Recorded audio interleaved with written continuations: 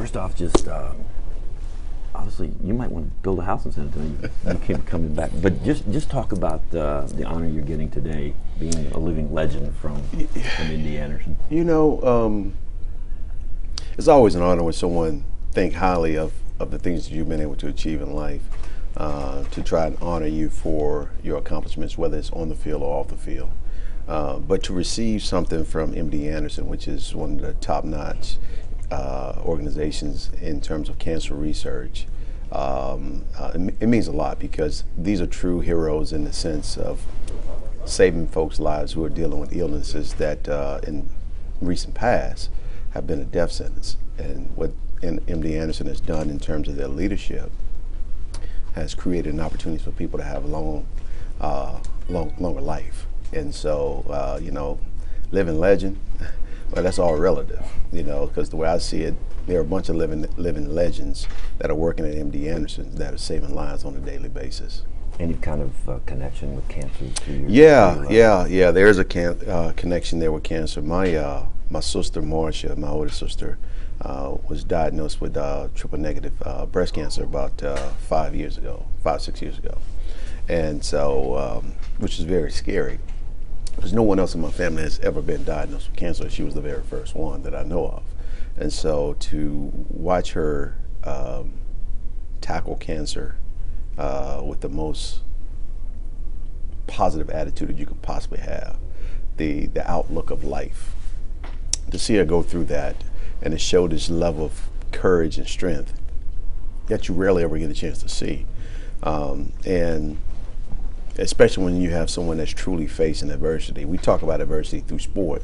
We talk about adversity through training and all those kind of things. But when you're dealing with adversity through life, which is something entirely different, you gain a new level of respect for the resiliency of individuals and the perseverance of people.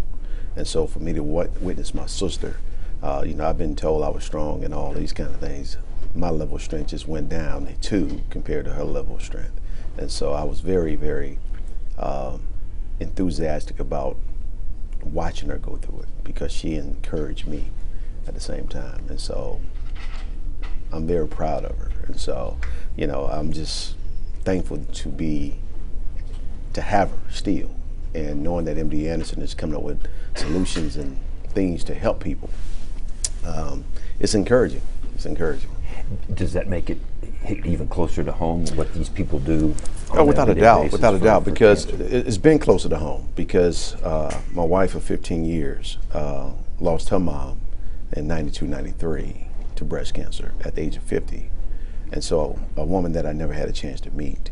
And so it's different when you have both parents that are still alive, and you marry someone, you get a chance to have godparents and grandparents on both sides, and in-laws on both sides, complete. In this particular case, I never had a chance to meet her mom. And so that's one of my, you know, you always have one of those things that if you can go back and turn the hands of time, who would you want to meet? And it would probably be my wife's mother, because I would just love to sit down and have conversations with her and talk to her. And so cancer has hit us twice. Matter of fact, more than twice. My father had to deal with a little bit of prostate himself. And so, I've been around it. I've seen it enough to know how damaging it can be, and how it can disrupt the everyday flow of life of individuals and of families, and know that it is something serious. And I'm so thankful that an institution like Emmitt Anderson and their group of scientists and doctors and researchers and so forth are on top of it, and creating opportunities for people to have longer life now. You touched on it, but I mean, here you are, a Hall of Famer, leading rusher in the NFL. You've taken some hits, and you've had to get up from these hits. But to watch a family member go through this, how much stronger did you get after this to see how strong she was? You know, you always wonder how strong a person can be, but you never. And everybody thinks that they are strong until you have to deal with something like that. You just don't know until you go through it. And to witness my sister going through it showed another level of strength. It's one thing to see a child come through the birth canal of a woman. That's one thing. That's another level of strength. But then to be dealing with the adversity of knowing that you have something that's in your body that's attacking your body, that you can't do anything about. That's another level of strength. And another level, it requires another level of courage and confidence and faith. And she had all of those things wrapped up in one. And so she's doing great today. To see that, you know, it's mind blowing. I mean, it's satisfying at the same time to know that your sister has the strength to face adversity and stare it in the face and fight it back. And that's what it takes sometimes. Couple lighter side things. Have you been keeping up with Dancing with the Stars, being a former champion? No, I haven't been keeping up with it that closely, but you know, I've watched a couple episodes this year. I saw Gary Busey get voted off. I saw Shaka Khan and so forth. Saw them perform, and I see the Crocodile's daughter doing her thing. And so, you know, it's a different kind of show this year. When you watch a little bit of it, does the memory of you winning come back? Not as much. You know, I just like to see the competition, see what quality of celebrities that they actually have on the show, and whether or not they can actually dance or move, and is the competition going to be really, really close? And so that's what I look for, to see who really has a chance of competing. Could you still do it today? Could I still do it today? I'm sure I could if I put my mind to it, but do I really want to put my mind to it? The answer is probably not. Spurs Mavs. Okay. Spurs Mavs? Spurs Mavs. Who you're in San Antonio a lot. Yeah, I know. Sean Elliott's about to interview you out there. I know. The Spurs has the edge, and so you have to go with Coach. I mean, Coach Pop. I mean, he's doing his thing. I mean, he's laid down the law. And when I see the San Antonio Spurs, they remind me of a lot like an organizations like the Lakers, the Celtics, and the Patriots, the Cowboys, the Steelers, the 49ers. You know, they have proven to be an organization that can withstand the test of time and win it with various players. And that's a unique trait. And the most consistent thing you see there is the head coach. So that's a tribute to him, as well as the organization in terms of the scouting department. All of that plays in the role in how successful an organization really can be. They've been very, very consistent year in and year out.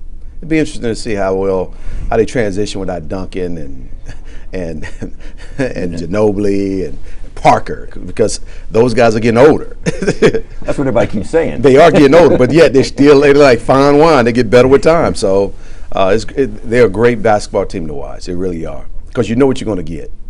All right, let's do a couple of Cowboy questions. Let's start with Greg Hardy. Just your thoughts on, I mean, who is it? What's his face went off on him this weekend? Who? Quarterback. Phil Simms or? No, Terry Bradshaw. Terry Bradshaw went on him? Went off on the fact that he's back in the league this weekend. What are your? You know,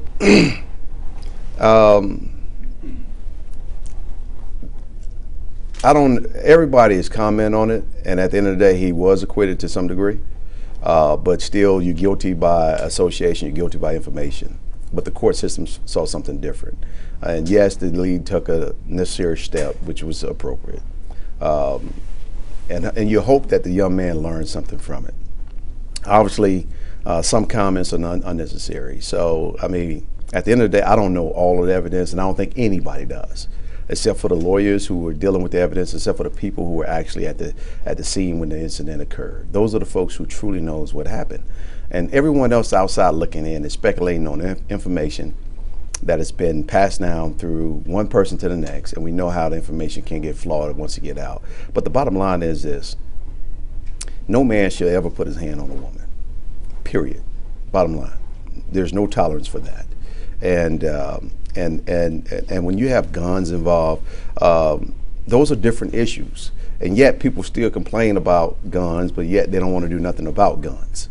And so you can't have it both ways. At some point you got to stand up and say, we're either for this or we're not for this, and let that be that.